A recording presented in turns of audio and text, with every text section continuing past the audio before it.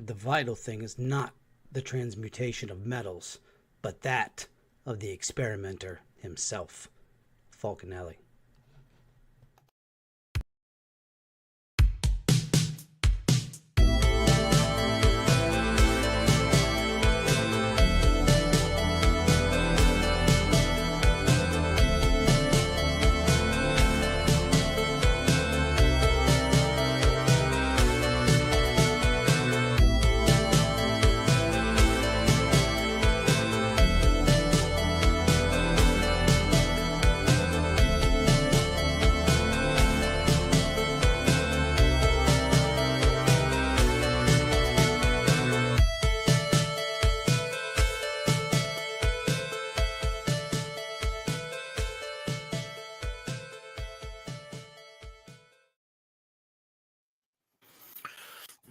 Hola, Hello. ¿cómo estás? Hello. Yeah, that's the way we started this show in Spanish. I just realized I don't know I anything forgot else. something I don't know anything behind else. the scenes. So do not ask me to speak more because, no habla español. All right, just that Yeah. in the sentence I said before it. But tonight isn't my night. No, folks, my night was last week. But before we jump into the intern's night, does anybody have any announcements they would like to make, Mr. AMA guy? Well, first, I want to do this here. This episode of This Uncanny Earth is brought to you by Big Buff Records. Jumpstart your music career today with Big Buff, where talent is everything. There's Okay. our ad spot for this week. Nice. See what you're trying to do. That was going to be last week's, but I didn't know that we had the other sponsor or affiliate, and so now I do. But And now we're there. Now we're there. Now we're there. Cultivate. It's wet in Ohio. Very Say wet. the least. And I'm behind on everything today. I just running literally the last minute while we were getting set up here. Because with other people in my household, they also have things that they want to do until the last minute. Yep. So, These things happen.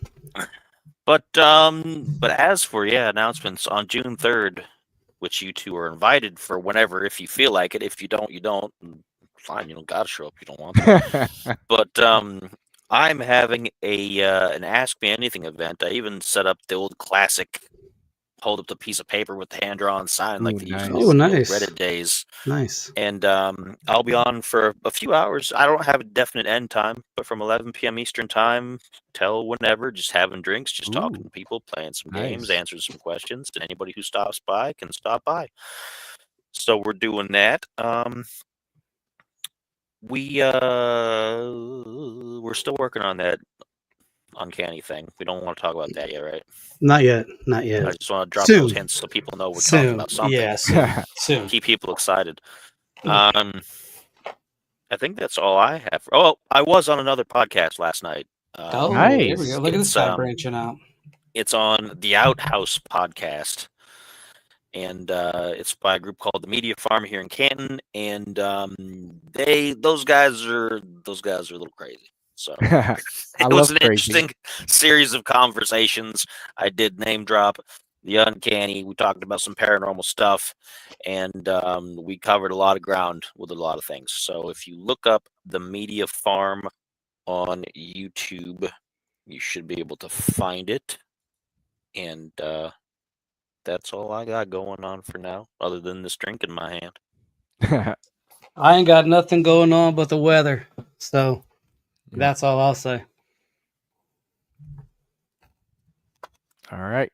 Y'all ready to get into it? You all ready for this? All right. So tonight we will be talking about Fulcanelli. He was the last alchemist, and you may not expect how recently he was. He was actually doing alchemy in the 20th century. Now, Rob, aren't you an alchemist? Some might say that. Some might say that, but I can't give any trade secrets away or. Yeah. How serious about that are you? Like, do you actually practice, or is it? Well, I'm kind of uncanny about it. I know that much. So, just a little. We did have a discussion at least once about trying to do some kind of sciencey things Yeah. involving alchemy, but Yeah. as what usually happens with us, I think it was during episode our 2.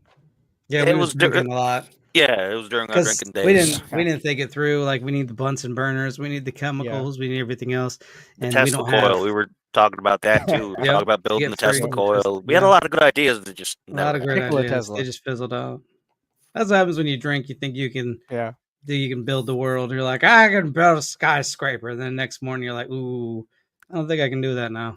Now we're kind of revisiting a classic tonight because I think you guys actually did an alchemy episode back when you were first starting, didn't you? We've done a Mhm. couple alchemy episodes, Yeah. to be honest. More than once. So basically, alchemy. Let's just start off by, talking about what alchemy is and what is the main goal. So alchemy is like chemistry, but with magic. It's the precursor to modern chemistry. And if you've played the Elder Scrolls, you mix things together. You put a flower in, you put a mushroom in, you grind it up with a mortar and pestle. Boom, alchemy. You're Mhm. basically trying to mix things together and form new elements. Or, and they believe that in alchemy there are 4 main elements: earth, wind or air, water, and fire. And they believe that each of these elements can be transformed into other elements using the elements. Like ice can be transformed into water when it melts through the use of heat. And, it's just basically like ancient chemistry. And the main goal of alchemy was to create the elixir of life, or the philosopher's stone. And there's actually a bit of confusion about that. I've seen some people say the philosopher's stone is the ultimate goal, and I've seen other people say that the philosopher's stone is only an ingredient.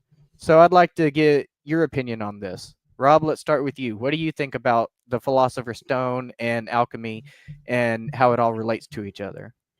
The Philosopher's Stone, as we know, would be more of a catalyst than an end game. You need the Philosopher's Stone to make the ultimate potion or the ultimate elixir of life. That's like the main ingredient. That's one of the key ingredients in alchemy. Now, whether that is an internal thing, because supposedly there's a group that believes alchemy is more of an internal aspect of the soul and less about the chemicals. And then there's another one. I believe this one. This is the one I believe, that it's the combination of things that create, like, I mean, it's very simple if we really sit and think about it. If you look at it like, hey, here's a mortar, here's a pestle. If I grind up Yeah. certain leaves and things like that, I can make spices, right? And that's bare bones, bare minimum discussion. But I think if you take certain alchemical equations and put them together, you make science happen. And I think alchemy is more of just science of the natural world, but you're That makes just sense. infusing it with different ideas and concepts. And I do think that people have energy, and that energy is used in the creation from the Philosopher's Stone. And we'll discuss this more with Fulcanelli later on in the show. All right, Spider, what do you think? Well, as Rob said, that there's a few different ways to look at it, and it is the precursor to modern chemistry, modern science, in more ways than one. It's not necessarily just in that they were mixing ingredients and creating new compounds. It's that it's also a demonstration of the scientific method of how you follow the path of how things work and how things don't. It's all about teaching you trial and error. The part of the philosophical goal of it was that you have to get used to failure before you can succeed, because you're going to fail a lot at it because it's so exacting in how you get to, like, if you're trying to do the lead into gold, you're going to fail a lot, but you're going to learn a lot from all those failures. So that was a huge part of it. A lot of people also say, as Rob alluded to, that it was supposed to mirror a chemical reaction of the soul, so to speak, where you were supposed to transform yourself more so than the actual physical components that what you were doing.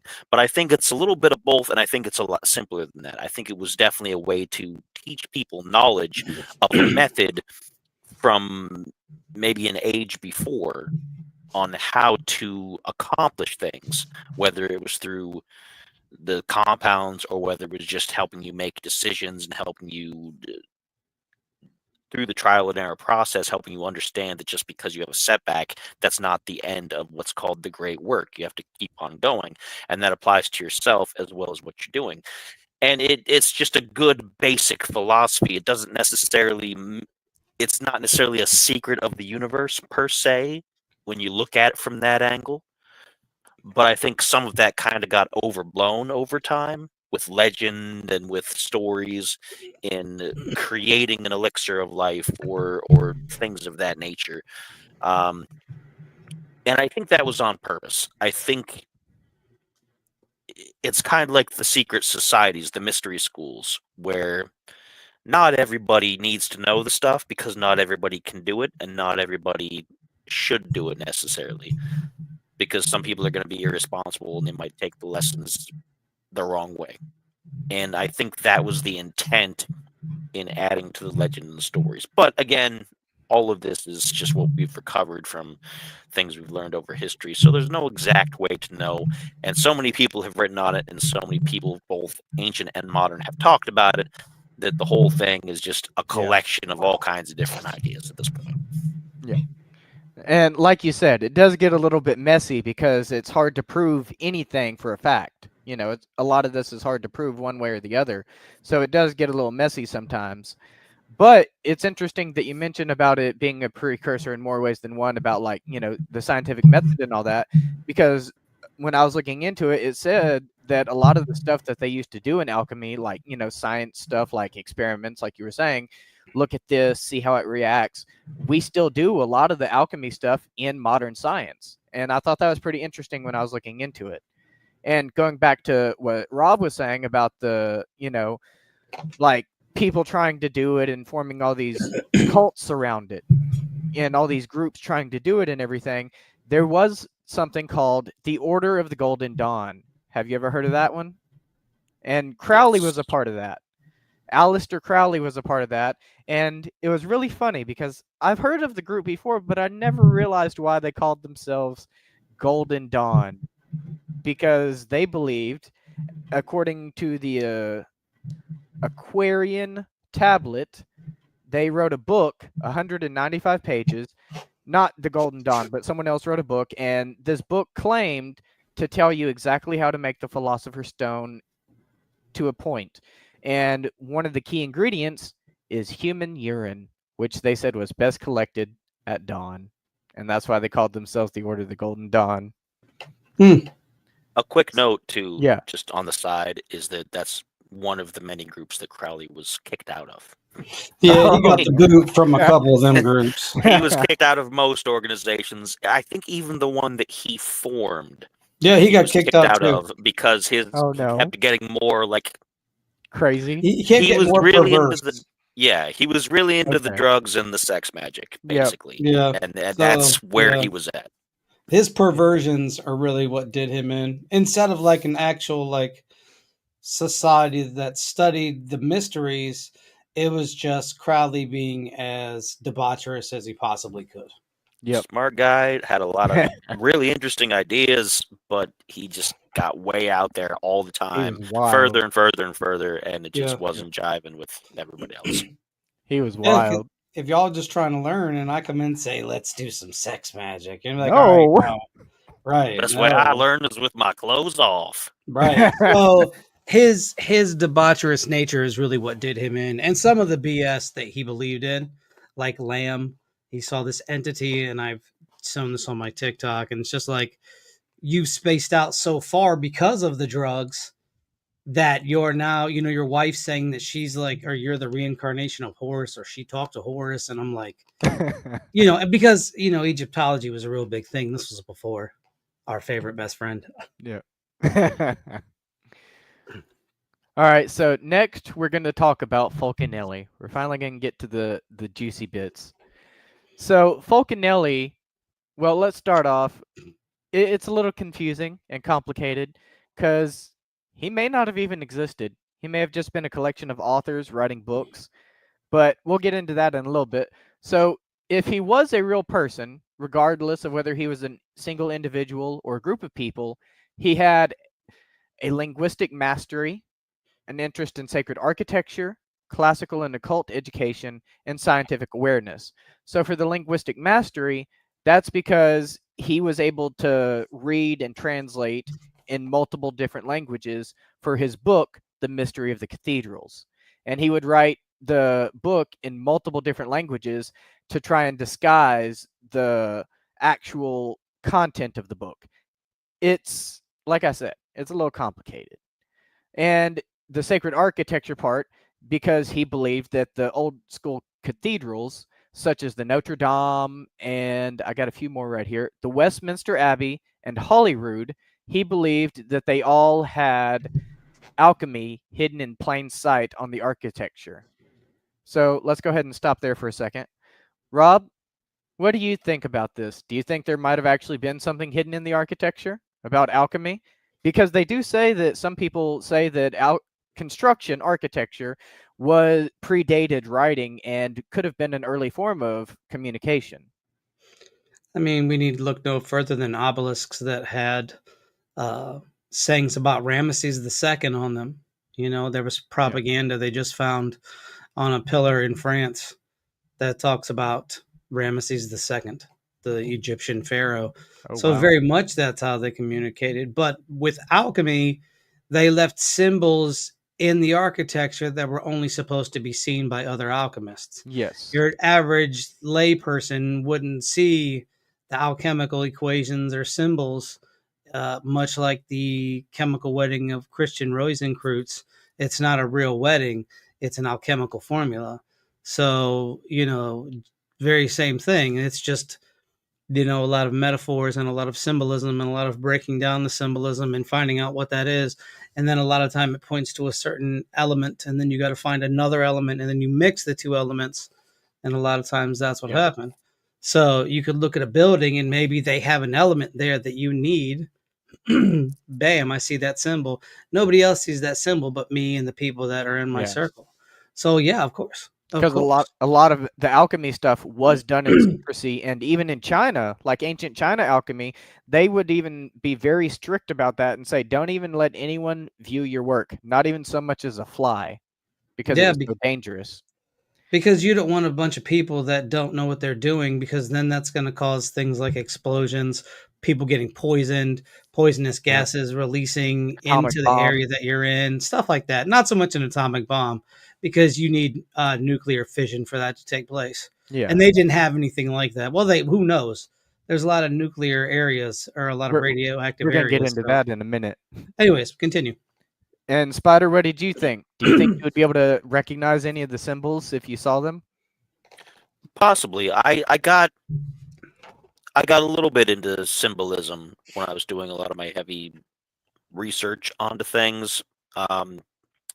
But there's so many symbols throughout history nowadays that crop up, especially things that aren't like people make their own, especially in the kind of philosophy that I'm into. If you're into left-hand path sort of philosophy, not to get too far into the weeds here, but people make sigils, they make these, they make that, and they make so many things of their own and sprinkle them about, and then people stumble across those on the internet and say, oh, this is an ancient symbol of such and such, and they apply it to their own thing, and then they mix it with their own. And a lot of that happened over the years. So, but the one thing that you do also have to remember about these supposed hidden symbols in buildings like that is because most of these older buildings were built by Freemasons, and not like the modern idea of Freemasonry where there's a lot of conspiracy stuff about Freemasonry for today. The idea of it today is different from what it was then, because then it was actual Masons. It was people who actually worked on the buildings. It was people who cut the stone. And they had to know these formulas and these ideas in order to get the stones to line up right, in order to make the building stand up straight, in order to get the keystones in and not have the whole thing fall apart. It was a very specialized field. Nowadays, if you call yourself a Freemason, you've just walked around, done a little ritual thing, and you have a bunch of old guys that you hang out with, or you control the world, as a lot of people will say. There's no happy medium. Either you hang Yeah. out with your buddies or you control the world. There's no But Yeah. ifs, ands, or buts. neither one of those is what actual Yes. secret society of masonry was, because it was a guild to preserve the knowledge so that the average person Yes. didn't take money away from a specialized person. If anybody could do it, nobody could charge for it, because Yep. everybody can do it. And that's what it was. It was all down to money, of course. So, and the Freemasons of the time knew a lot of other subjects. They knew about possibly whatever the alchemical knowledge was of the time, because maybe they wanted to make sure that, okay, if we're building this cathedral, what if they use this holy fluid or the liquid or Yeah. whatever? We don't want it to melt or to stain the rocks. We don't want it to mess Yeah. up. So they had to know chemicals. They had to know different things. And that's encoded in the building so that Yeah. other masons will come in and see, oh, okay, they set this building up like this, there's the symbol for this, there's that. Cool. That tells me how they did this building. So maybe I can apply that to my next building or my next architectural work and get that correct and not screw something up. So it was all a way of just preserving a collective amount of knowledge for a specialized group of people who did a very specialized job. Yeah.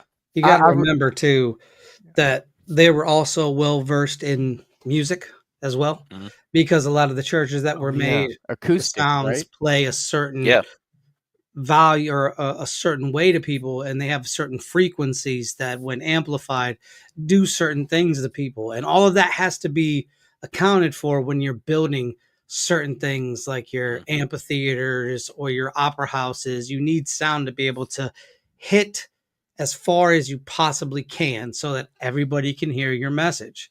So you're going to build it in a way that that is possible, so that the acoustics of the place really light up.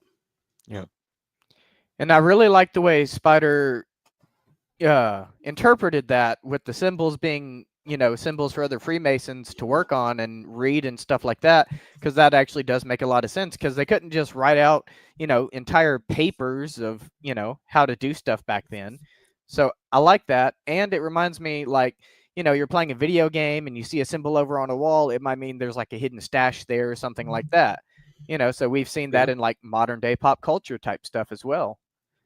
All right, so next we're going to get into a little bit more. He was also highly educated in Hermeticism, alchemy, Kabbalah, and astrology, which astrology is sometimes seen as very closely related to alchemy, because apparently the stars in the sky had this one I didn't really understand that well, but they said that the stars somehow related to alchemy, and they would affect your potions depending on where the constellations were in the sky. Do any of you know about that? The scientific way to look at this is, if everything has an energetic system involved with it, energies are going to be stronger at one point, and then they're going to change to another point. So a lot of time with these formulas and their acts and the things that they do, they had to be perfect for whatever that mineral was best used for.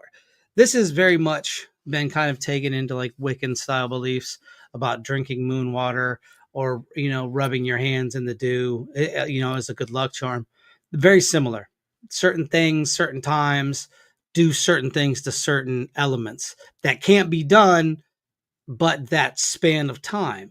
That's the thing of alchemy, is things have to be done when they're supposed to be done, when they're supposed to be done.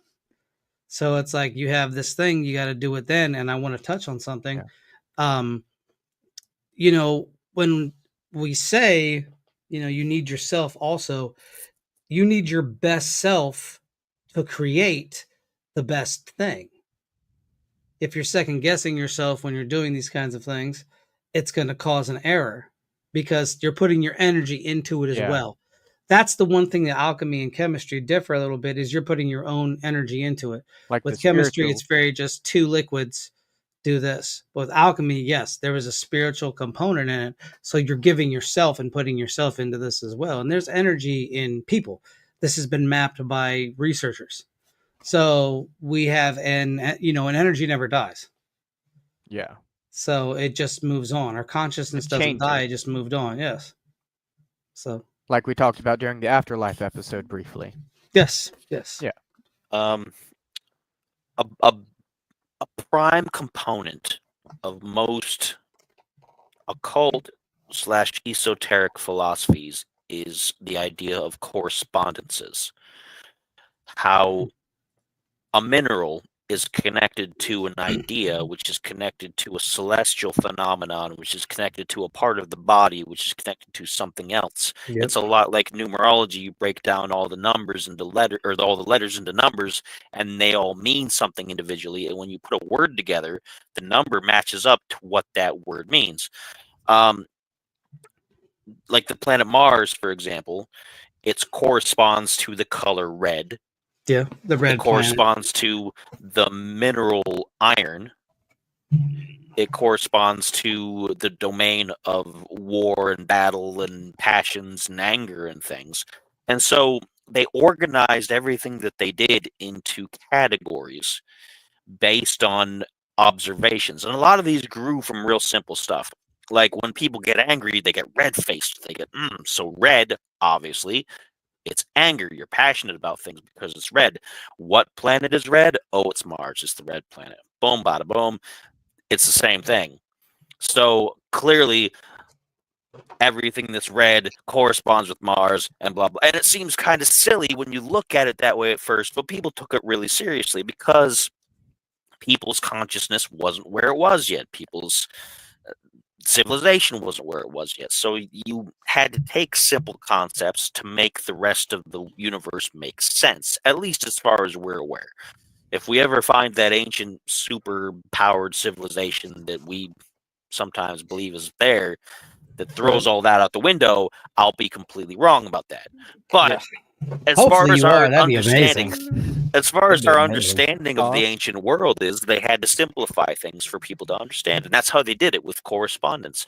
And that's why you have things like silver matches the moon because they're the same color.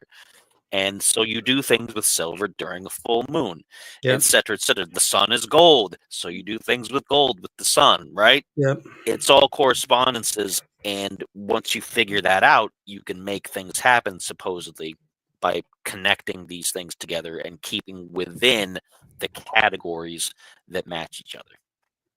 I really like that you mentioned ancient cultures, because that's actually the perfect opportunity for me to mention Atlantis. And it does relate. It does relate.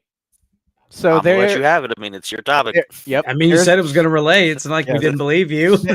I don't believe it. The show's over. Just I don't believe you. So canceled. Why are you trying to convince us? You've both heard of Thoth, right? Thoth. Yes, Thoth. Yeah. Thoth. The ancient Egyptian.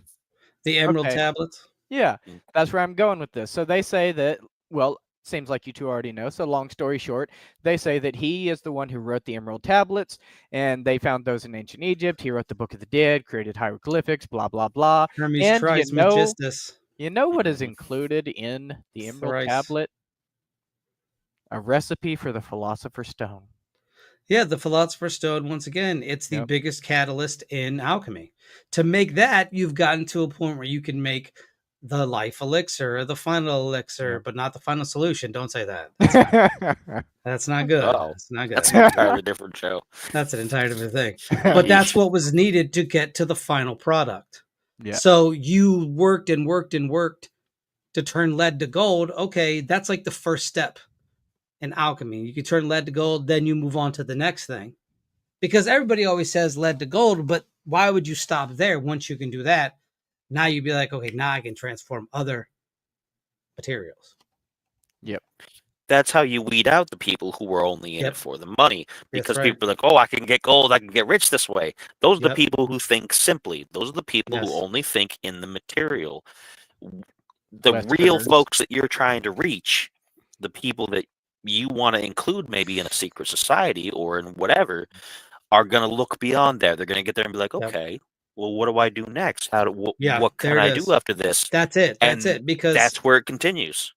Because there's only been like a record. I think Paracelsus, he got rich. Somehow he got rich. He didn't tell nobody, but he made a lot of money. Right. But you'd only need to make really one gold block back then. And that would have set you. But see, he wasn't overly greedy at the same time. Like he took care of his family, but he had money. You know, he worked for it, and that's where it stopped for him. You know, but then other people are like, "Oh, I can do this. What can I create now?" Because that's the thought process of a true alchemist is creation. What can I keep creating? If I'm like, "Yeah, I'm about to be a millionaire, baby, we getting paid," they're gonna be like, "Okay, just give him a little bit of information. Don't give him the whole kit and caboodle as the Let him make the old people gold, and the say." gold will weigh him down and hold him Yep. back, and that'll be it. And then he'll be irresponsible, and he won't have to worry about him no more. Yep, exactly. He'll be a yahoo. No, they'll teach him. They probably taught him how to make fool's gold. Ah. So they're like, we'll make him a fool, and then he'll never bother us again. Yep, I like it. And it's nice that you actually mentioned the obsession with gold, because when I was doing my research, it said that a lot of the people in like China and other areas like that believed in the more spiritual side of alchemy, like we were discussing earlier. But a lot of the Westerners, unfortunately, like you said, got to the gold and were just like, oh, I'm only interested in the gold aspect. We have to remember with Chinese alchemy, it was more about aligning the body, aligning the spirit within. There was chakras. Is that where that originated? Qi, so stuff like that. You know, a lot of like the herbal medicines that the Chinese used, that was their form of alchemy. You know, they knew certain things like the crushed nuts of a goat or some shit like that. And I kid you not, they had these kinds of things. That's what they did. So, you know, if you're having trouble, you know, doing the business, they got medicine for that. Yeah. You know, but their bodies have learned how that works. See, we think, oh, I'll just go there to the store and boom, I'll be good to go. No, they have been putting this in their body for so long, it has started to change them a bit to where it affects them. With us, we would have to start from a very younger age and just be habitually taking the stuff. That's the thing with Chinese alchemy. It was all about longevity. It was all about living a long life. And alchemy is kind of the same way, but the difference is with Western alchemy, it was more about the material object. Yeah. Because the material object, the closer and closer you got to the life elixir, the better you did. And nobody knows what that life elixir was.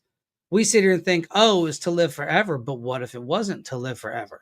What if it was just the ability to see past your current state? Like your current state, you can see above that current state. As above, so below. Yes, we like to think that the life elixir is just to extend the longevity, which it very well could have been. But I also like to think it kind of opened your eyes to the world around you. Because if you're just living forever, then, you know, you're not, you don't, alchemy wants a finality as we see it, right? There, exactly. There's the purest process. So there's an end to it. So that's why for me, the life elixir is not, longevity. You might live a little bit longer. I'm not saying that that's not the case, but I don't think it's a forever elixir. I think it's something you take once and that's it. Like you can't recreate it again. Yeah. Well, since we're talking about that anyway, Spider, what do you think? Do you believe in the elixir of life, the Philosopher's Stone? He's got it in his glass. That's what keeps me going. It's funny because whiskey in Ireland is called the waters of life. That's where the word whiskey comes from. But the thing of it is that people, for the longest time, have been obsessive about life because nobody wants to go. Once you realize that I could go at any time, it's tough for a lot of people to look at. Yeah. Like I'm pretty much okay with where I'm at. I do wonder, like, how am I going to make sure all this stuff is tied up when I'm gone and make sure everything doesn't just sit around and become a burden to somebody who comes. Like, I don't want my daughter to have to clean up a mess of a house if I go abruptly and then be like, how do I get rid of all these friggin' robots? Like, what do I do with all this stuff? You know, but I don't think of it as a fear. I'm not like, if I kick the bucket tomorrow, that's like, oh, you know, it's not that big of a deal. I hope you kick the bucket like that. I do. I really do. In that exact position. in that exact tone too, very monotone. Like it's like you're hamming it up. And I don't also I know I'm making a joke out of it a little bit, but I also don't want to, poke fun at the passing of people, because especially like somebody that Rob and I knew recently is on the way there real soon, and that's a terrible situation, and I feel bad about it. I didn't know him super well, but he was real good to us. So Yeah, real good. but at the same time, everything ends. Everything comes to a close, and a lot of people cannot handle that to the point where a select few will say, "No, that's not going to be me. I'm going to do something about that. I'm going to look into cryogenics. I'm going to look into the elixir of life. I'm going to find the fountain of youth. I'm going to do all these things. I'm going to live friggin' forever," with no idea of what the potential consequences of that could be. Because do you really want to watch everybody around you go and be the last person left? I mean, you got to be a real psychological secure person to go through eras of time watching whole groups of people that you knew just go and be replaced and things like that. Families you've created, just watching your kids die in front of you, and then their kids and kids and kids, and it's a monumental thing. Yeah. But you had these people throughout history, a few of them that were after this end goal. And when you look at some of them, you realize that they weren't quite all there either. They had all kinds of other quirks, and they had different things going on, because you have to be of a particular mindset to be able to really want to do that kind of thing. And that's why you have so few times throughout history where there's mentions of anybody who is suspected of just continuing on. Most of the time they're deities or they're half deities or something like that. But in a few cases, like our good buddy Count Saint Germain, they managed to do it, and they seem to be living their best life when they did it. So it all depends. I can't really conceive of that kind of thing. Like, to me, I have this ingrained knowledge that everything ends eventually. Yeah. Everything has to end, and that's not a bad thing. Yeah. It's not a negative viewpoint necessarily. No. It's just because as things end, then new things begin. That's how the cycle goes. Everything is a cycle. Nothing is explicitly just a straight line. Everything is a cycle. And I'm not sure exactly what your original question was. Yeah, I have no idea. I swear I got lost in it too. I got into like I went on a roll. He went hard on that tangent. You went hard on that tangent. I was letting him go. Hey, as soon as he was like, he said that little saying, whatever. What is that saying you just said? Oh man, he was talking about life, and it was like a saying that like everybody says these days, and I was like, all right, Yeah, I got on a roll with it, but I hope that at some point answered something that you asked me, because I don't remember what it was. I asked if you believed in the I was in the zone. Oh well, yeah. I mean, were you at the auto zone? Quote unquote. If there's something like that, I don't think there is. Yeah. An exact like. I don't think there's no a way for somebody to last forever. Yeah. No. I think you can prolong it longer, but we'll get there. But I think at the end of the day, because I mean, if you want to go this to like a scientific aspect, our cells are deteriorating and dying off daily. Yeah. You know what I mean? So at some point they all go. You can't, it's just something that doesn't work. Things wear out. Things wear out over time. And like we said, would you really want to live forever? No. When I was young, yes. Because you got the world by the by the huevos. Yeah. You got the world by the whats. So you're running around, meeting people, doing things like, yeah. But then when you get older and you see how people actually are, you realize I don't want any of these MFers living forever. Because our luck would get somebody evil that would live forever. Then it's a whole thing that we have to do. I don't want to do that. I don't want to. Too much trouble. Exactly. It's too much work. Hit me up when I was 19. That would have been an adventure. No, not now. I got different things to do. Yeah. All right. So this next part is going to sound a little bit like a Hollywood movie. Is it a Michael Bay Hollywood movie? Because explosions? It could be. So Fulcanelli had two students, two people that claimed to be his students. One was Eugene Concellier, and the other was Julien Champagne. Now, we're not going to get too much into their life because their personal life is not really that important. But I would like to mention that they did go on to found an occult secret society known as the Brothers of Heliopolis, which was intended as a reference to an ancient Egyptian city known for its alchemical tradition. But aside from that, Fulcanelli disappeared, and no one knew where he was. We don't really know much about his personal life, kind of like we did with Count Saint Germain. There's very little information about Fulcanelli. But you know who did believe in Fulcanelli? The CIA, the forerunner of the CIA, known as the Office of Strategic Services, was actually officially searching for Fulcanelli, OSS. despite there being very little physical evidence that he was even a real person, because they viewed his knowledge of nuclear weapons as a threat to national security. Did you read about how his master elevated his consciousness up to an androgynous being? Yes. That's where he went. He went to Spain, and then he went to see his old master, and his master Spoiler alert. his master had both. It was androgynous. Yep. And you're just like, okay. And then he dips out.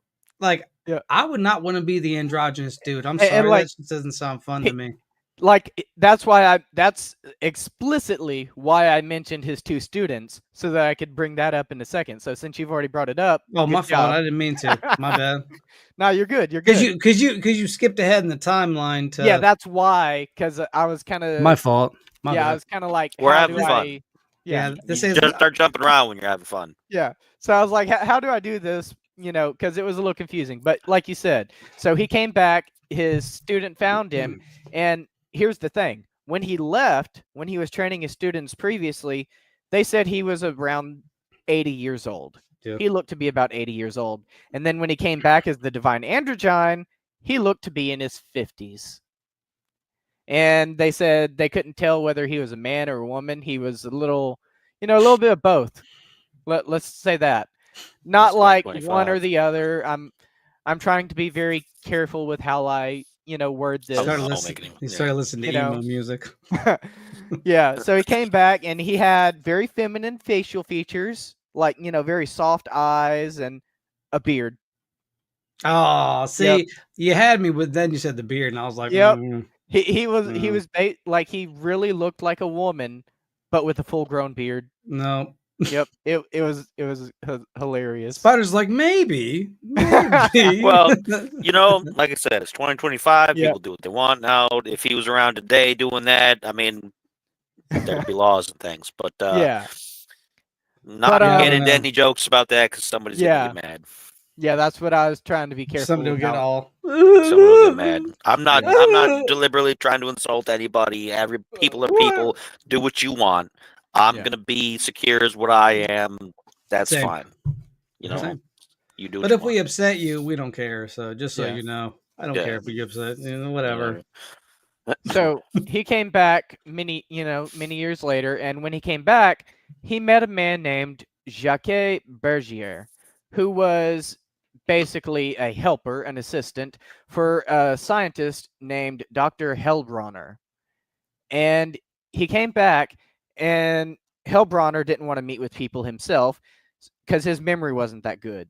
So his assistant, Bergier, had an eidetic memory or a photographic memory. So he had him meet with all his clients and everything so he could tell them later. And guess who wanted to meet with Bergier? Fulcanelli for 200, please, Alex. Yep, you're right. And here's what he said, and I quote, he told him, "You're on the brink of success, as indeed are several other of our scientists today. Please allow me. Be very, very careful. I warn you, the work that you and your contemporaries are undertaking is appallingly dangerous. It imperils not only you personally, it is a threat to the whole of humanity. The liberation of nuclear power is easier than you think, and the radioactivity artificially produced can poison the atmosphere of our planet in a very short time, just a few years. Moreover, atomic explosions can be produced from a few grains of metal powerful enough to destroy whole cities. I'm willing to tell you this for a fact. The alchemists have known it for a very long time." What is going on with your microphone? I don't think they want you to say that because I think for they're trying real. to block you out. Cutting out? Yeah, Yeah. you were cutting out during that whole thing. That was suspicious. I've had this happen before on phone calls That was suspicious. with people. Yeah, that was odd. He said, okay. Let me try that again. No, leave it. You're fine. Okay. Sorry. We got most of it. Those who needed to hear it heard it. And I've got one more quote. So the scientists do not know what they are doing. On the verge of success, never mind. That's the same quote. Just ignore that. So that quote came from Jacques Bergier's 1960 book, The Morning of the Magicians, where he recounts his meeting with Fulcanelli at the Chateau de Dampierre. Fulcanelli is said to have warned of the consequences of misusing atomic science and indicated that the ancient knowledge, alchemical or otherwise, had already understood these dangers. And there are some theories. This is my favorite conspiracy theory tonight. Conspiracy theory time. He said that Atlantis was wiped out with atomic weapons. That's what some people believe. I've heard that story. That or crystals. It was like a crystal energy. Not the crystals like, oh my God, I got some crystals. They're so great. No, like they somehow ported energy through them and then something went haywire wrong and it destroyed the whole civilization. Yep. Which I'm akin to believe that. I'm sorry.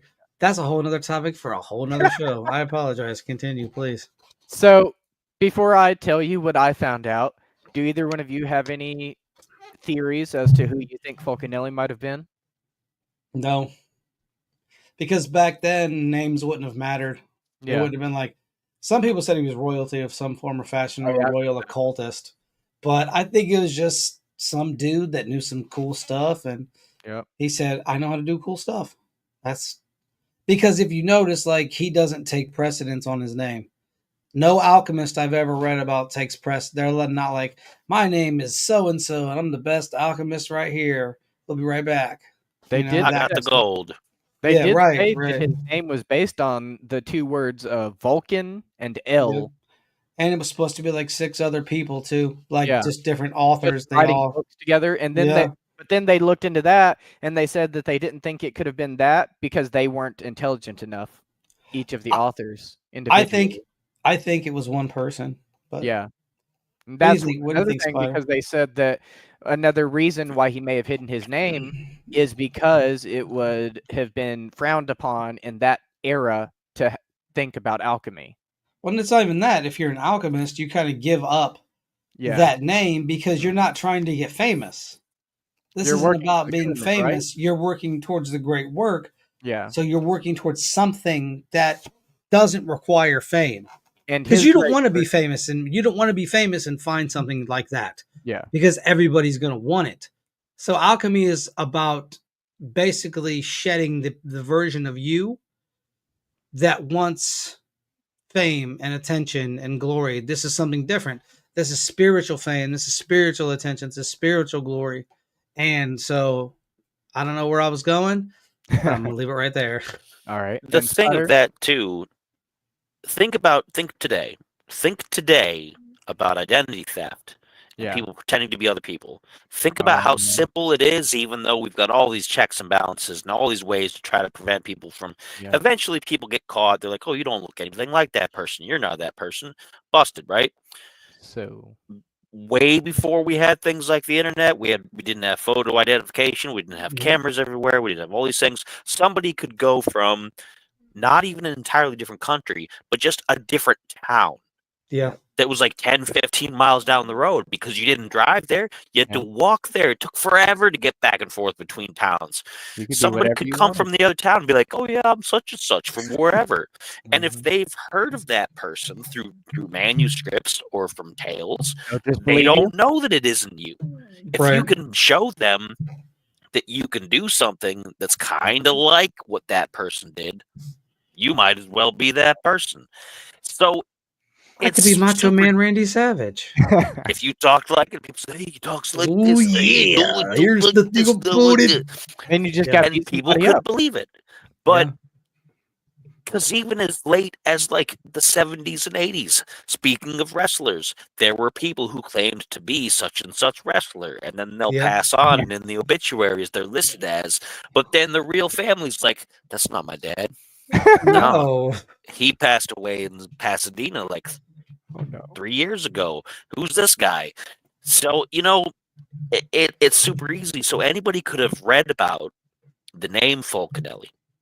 It probably was at some point a real person.